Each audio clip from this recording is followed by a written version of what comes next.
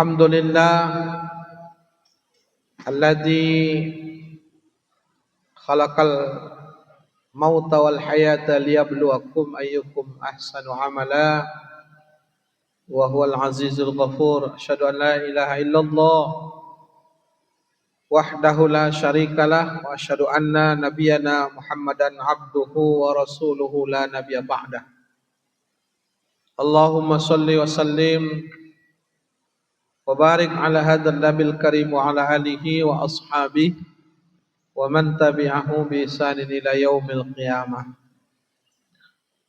Amma ba'd, qala Allah Ta'ala fil Qur'anil Karim, a'udzu billahi minasy syaithanir rajim. Bismillahirrahmanirrahim. Ya ayyuhalladzina amanu la tulhikum amwalukum wala auladukum an dzikrillah wa man yaf'al dzalik fa ulaika humul khasirun. Wa anfiqu mimma razaqnakum min qablu ay ya'tiya ahadakumul maut wa yaqula rabbi laula akhartani ila ajalin qarib fa asaddaqa wa akum minas salihin. Wala yu'akhirallahu nafsan idza jaa ajaluha wallahu khabirum bima ta'malun. Hai orang-orang yang beriman, janganlah sampai harta dan anak-anakmu membuatmu lalai mengingat Allah. Siapa yang lalai karenanya, dia orang yang menjadi merugi. Berinfaklah, belanjakanlah hartamu di jalan Allah sebelum datang kematian. Lalu ketika kematian azal itu datang, kamu bermohon, ya Tuhan, tangguhkanlah kematian ini walaupun sesaat. Aku bersedekah dulu sehingga aku menjadi orang yang soleh. Sungguh tidak akan ditangguhkan kematian itu apabila sudah tiba azalnya. Allah Maha mengetahui siapa yang berbuat baik di antara kamu. Hadirin wal hadirat jamaah qabla zuhur, masjid Pasar Pusat Kota Pekanbaru ini yang dirahmati Allah. Syukur kepada Allah dengan memperbanyak alhamdulillah. Alhamdulillah ala kulli hal. Dalam keadaan bagaimanapun kita selalu memuji Allah. Apakah dalam keadaan senang, susah, dalam keadaan bahagia atau ditimpa musibah, selalulah kita memuji Allah, berbaik sangka kepada Allah. Karena di antara kunci surga itu adalah sikap syukur kita apabila mendapat nikmat dan sikap sabar kita apabila menerima ujian dari Allah Subhanahu wa taala. Selanjutnya kita tidak lupa mohon Allah sampaikan salawat dan salam kepada Rasulullah, uswatun hasanah bagi kita semua. Yang kira-kira beda kita dengan Rasul itu sikit saja, enggak banyak, sikit saja. Apanya yang sikit Ustaz? Rasul itu sikit-sikit ke masjid, kita ke masjid sikit-sikit. Rasul itu sikit-sikit berjamaah, kita berjamaah sikit-sikit. Rasulullah itu sikit-sikit tahajud, kita tahajud sikit-sikit. Rasulullah itu sikit-sikit taklim, kita taklimnya sikit-sikit.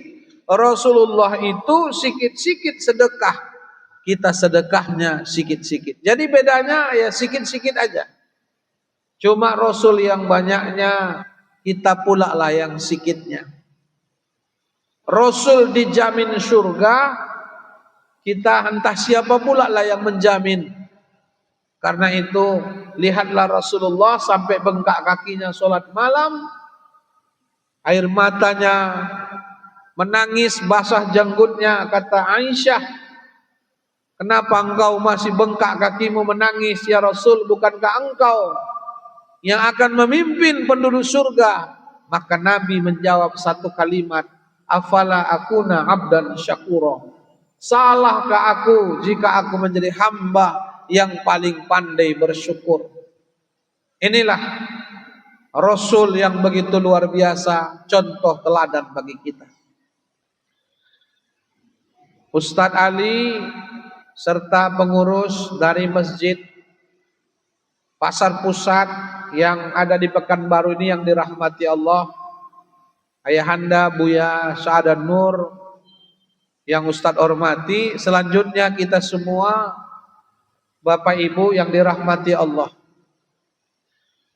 Tausiah ceramah Ustadz sebelum zuhur, Ustadz ambil judulnya adalah penyebab terjadinya bala dan bencana itu. Kalau ada Ustadz lihat itu, pengamat sosiolog itu dia katakan dengan 5M. Ada pertama itu main. Itu maksudnya apa? Main judi, zudol. Ada madon, itu berzina. Ada madat, narkoba. Ada minuman khamar. Ada juga mencuri, korupsi. Itu secara sosiologi dikatakan para ahli-ahli sosiolog 5M yang menyebabkan kerusakan yang ada di masyarakat. Nah jamaah sekalian, bagaimana menurut Al-Quran? Bagaimana menurut Rasul? Coba kita lihat nanti dalam Al-Quran surah Al-A'raf. Pada ayat ke-16 surah ke-7 ayat 16 itu Allah berfirman, wa idza aradna an nuhlikal qaryah. Kalau kami mau membinasakan, menghancurkan satu negeri, amarna mutrafiha. Jadi kami suruh orang-orang kaya, orang-orang berkuasa, pemimpin dan konglomerat orang kayanya untuk berbuat baik. Papasaku fiha, mereka berbuat fasik. Fahaqqa 'alail qaul fadammarnaha tadmira. Maka berlakulah firman Allah, kami binasakan negeri itu sebinasa-binasanya. Nah jamaah sekalian yang dirahmati Allah, Al-Quran menggunakan istilah qaryah. Qaryah itu bisa desa, bisa satu kampung, bisa satu komunitas, bahkan bisa juga jamaah sekalian itu bisa satu kecamatan, bahkan satu provinsi, bahkan satu negeri, qaryah. Itu bisa kita lihat dalam surah Al-A'raf ayat 96.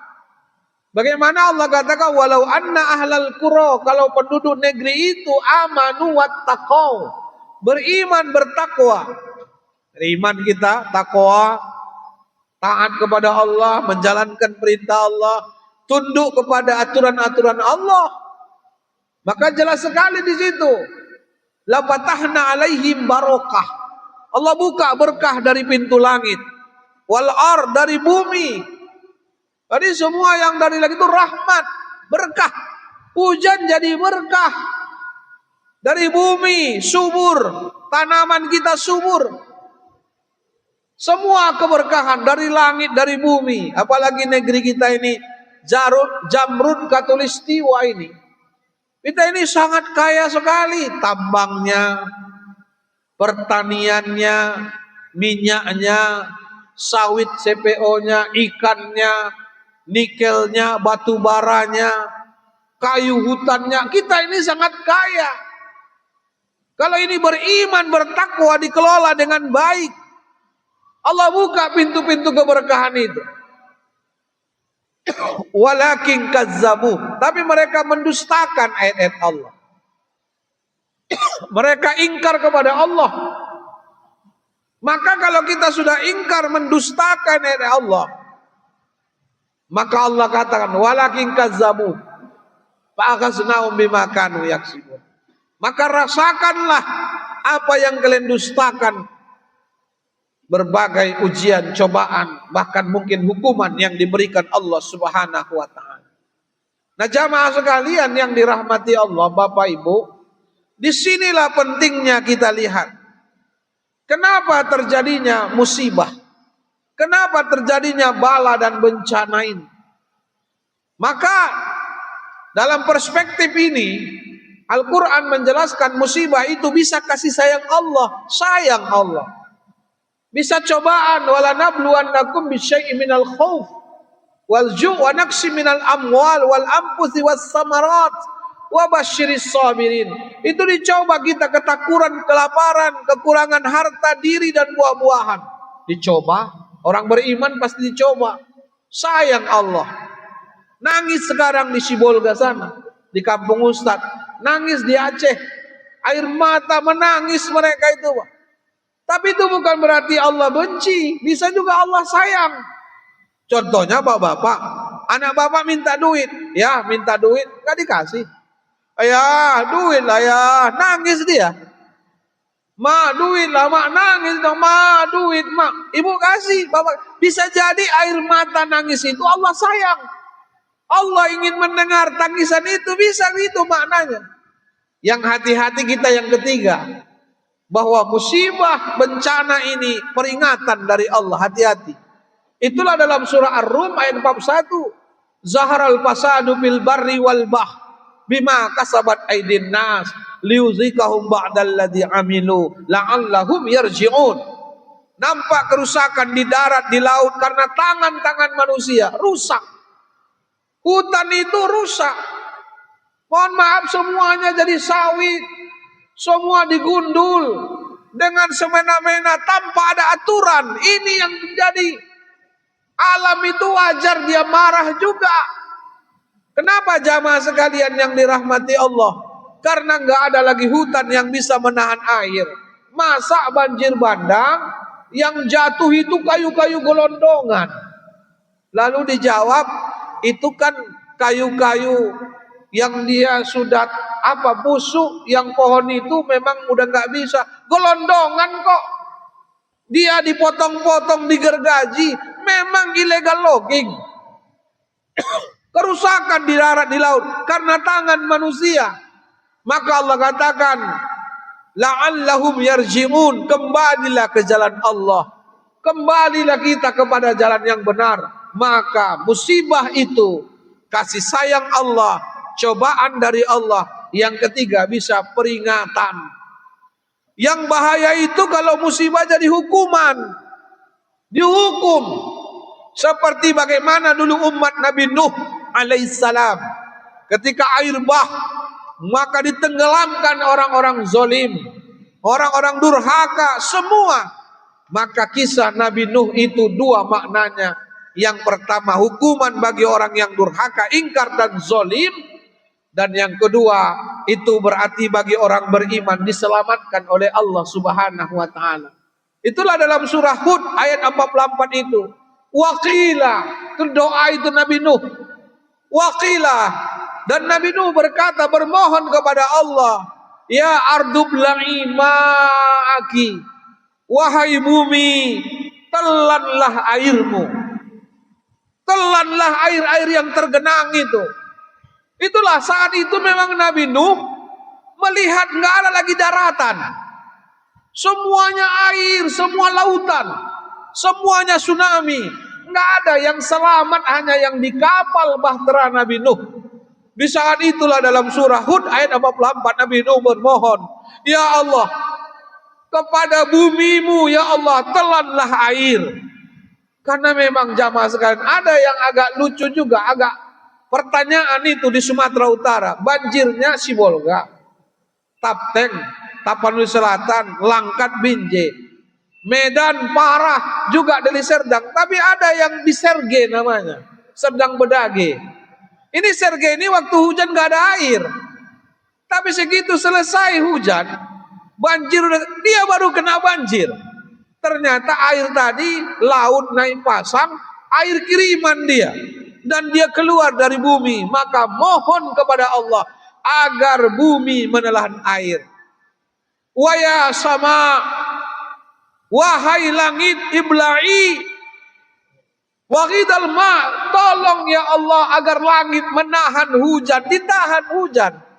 Coba Pak, apa doa kita ketika turun hujan? Allahumma ja'al shayyiban nafi'ah. Ya Allah, jadikanlah hujan ini mendatangkan manfaat. Kita mohon kepada Allah agar hujan itu mendatangkan manfaat. Jangan sampai mudarat. Jangan sampai banjir. Jangan sampai orang tenggelam. Jangan sampai seperti yang kita saksikan sekarang ini. Sudah 769 yang meninggal. Yang hilang lebih banyak lagi.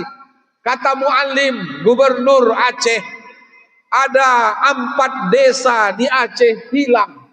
Coba bayangkan, desanya hilang, penduduknya bagaimana? Di Sumatera Utara ada 3 desa hilang. Bagaimana desanya hilang? Tidak ada lagi, rumah tidak ada lagi. Inilah akibat serakah, akibat rakusnya penebangan hutan, tambang-tambang liar dan sebagainya. Ini jamaah sekalian. Maka di hadis dikatakan sebagai muhasabah, renungan kepada kita.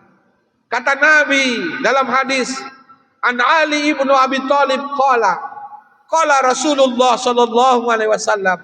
Dari Ali bin Abi Thalib dia berkata, telah bersabda Rasulullah sallallahu alaihi wasallam, "Idza fa'alat ummatin," apabila umatku melakukan khaslata halam bihal bala. Kalau umatku melakukan 5 perkara halal bala. Itu maksudnya apa itu? Kok halal bala? Yang ada kita kan doa tolak bala. Ini halal bala. Terjadi bala bencana. Apa yang 5 itu? Pertama, idza kanal magna duna duhula. Kalau kekayaan dimonopoli. Tadi kekayaan negeri ini dimonopoli. Segelintir orang saja. Itulah yang terjadi, mohon maaf. Dulu yang setahu kita adalah pagar makan tanaman. Ada lagunya itu, pagar makan tanaman. Sekarang ini pagar makan laut.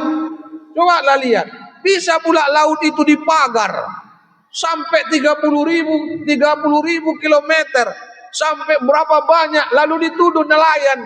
Dari mana duit nelayan? Laut itu dipagar, lalu muncul oligarki. Ini enggak benar. Ini harus diperhatikan. Menteri Kehutanan, Menteri Lingkungan Hidup, mereka harus betul-betul jangan sampai kekayaan ini dimonopoli, Pak. Dikuasai segelintir orang, perusahaan-perusahaan asing, perusahaan-perusahaan swasta yang mengeruk kekayaan tanpa dia mempertimbangkan keseimbangan lingkungan ini. Jadi kekayaan dimonopoli. Kalau Bapak Ibu sekalian sebagai pengusaha, pedagang di sini, ingat distribusi, ingat berbagi, ingat sedekah. Kata Buya Hamka, nah ini Buya Hamka, ulama kita ini yang sangat terkenal dengan tafsir Al-Ajhar. Harto dibagi 3. Harta itu dibagi 3. 3 harta itu. Nan pertamo, harto nan kabuswa. Kedua, harto nan kalapwa. Ketiga, harto nan kabiswa. Apa artinya itu kata Buya Hamka? Pertama, harta yang busuk.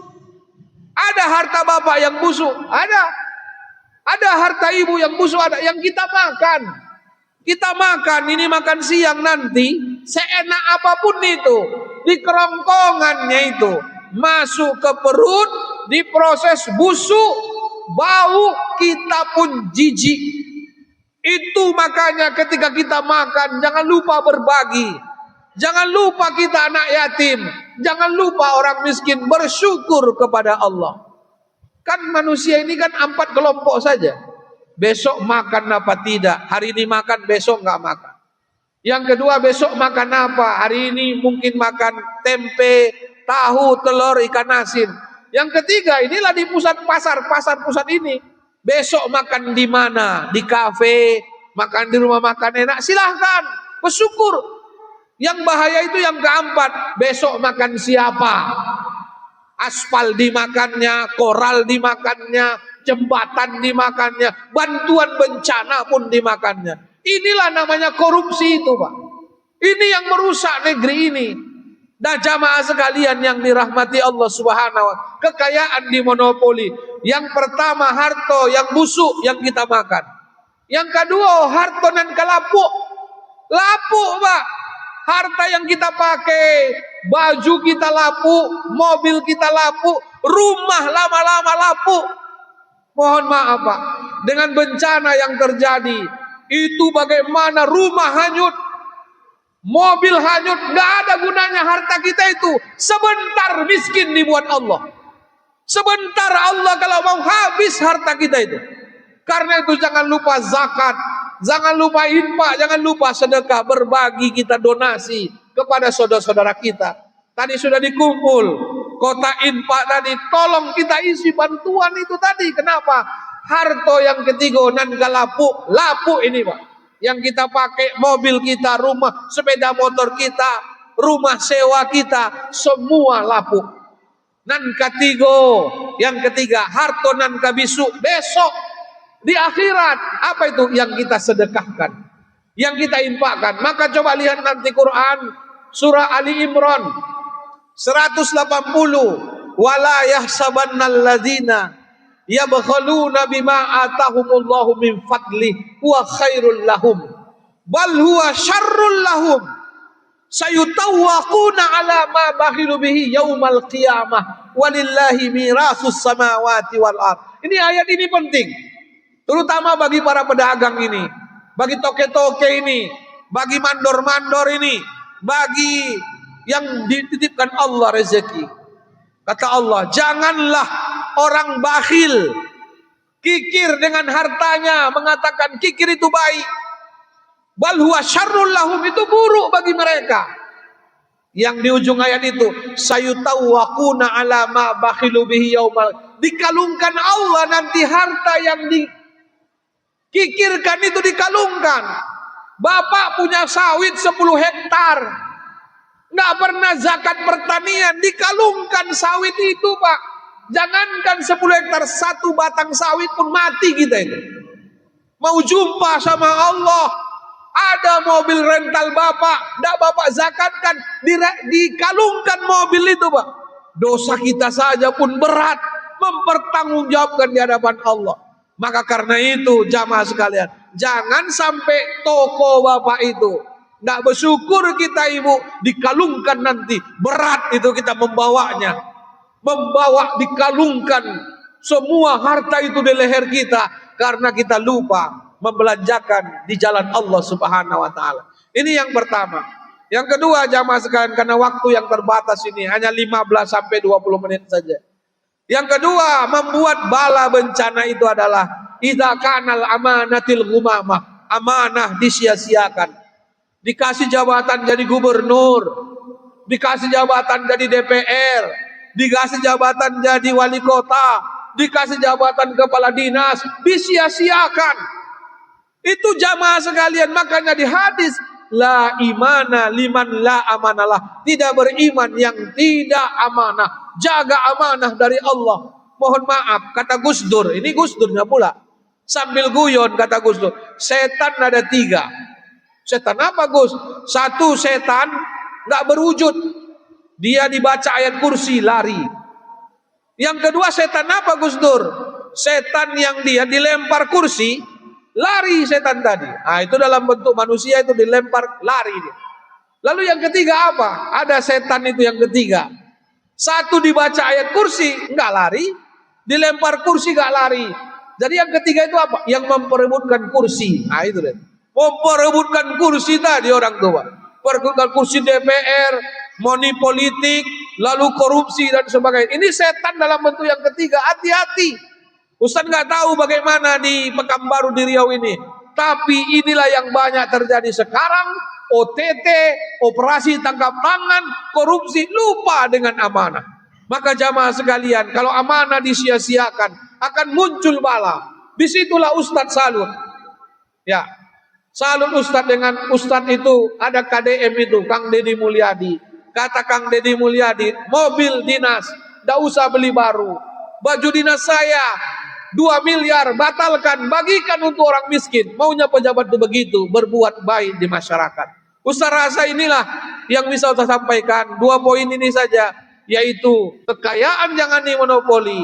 Yang kedua, amanah jangan disia-siakan. Insya Allah kita terhindar dari bala dan bencana. Demikian, mudah-mudahan bermanfaat dan mudah-mudahan kita semua dapat berkah rahmat dari Allah Subhanahu wa taala. Nasrun minallah wa fathun qarib wa basyiril mu'minin. Assalamualaikum warahmatullahi wabarakatuh.